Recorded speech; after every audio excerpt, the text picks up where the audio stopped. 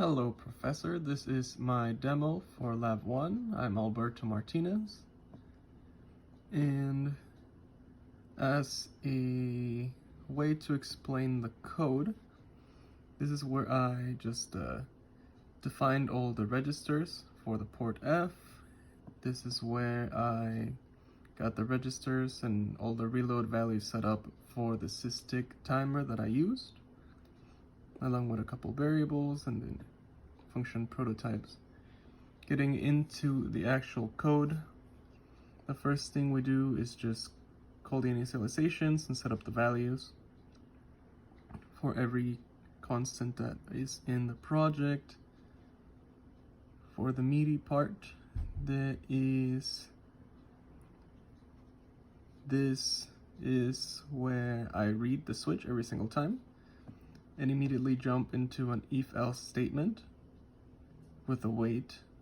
So depending on whether the button or the switch has been pressed, it will then decide to go in here if the switch has been pressed, and it will figure out here, it'll read it, and then it will switch between the colors. So starting from red, shift the bit up to blue and green, and tell that it's been toggled, as well as having these cases over here that when this counter that's going up has reached 3 or 4, here it will hold red until the button has been stopped being pressed, and here it will go back to red to begin all over again. So this is going to be mode 3, and then this is technically going to be mode 4, which is just resetting back. Down here we have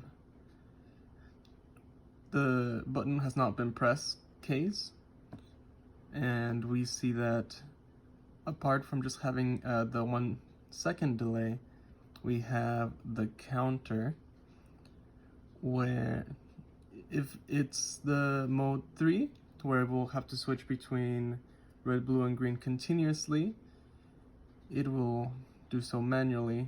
Wait a second, switch to blue, and then wait a second, switch to green.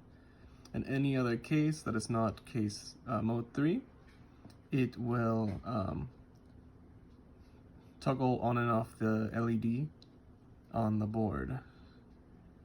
Further down, we just have the initialization of port F and the SysTick timer as well. Down here we have, this is the load-in values and the loops that cause the delays to happen. And then when this loop is below the value provided by the SysTick wait, it will continue to run. And the load value of, I believe this is 8 million, will give it a 100 millisecond wait. And that's why up here I use 10 of those every single time to make it a whole second. In terms of the demo, I have the board right here, and I can hit the reset. You see that it will be in red and just begin blinking every second.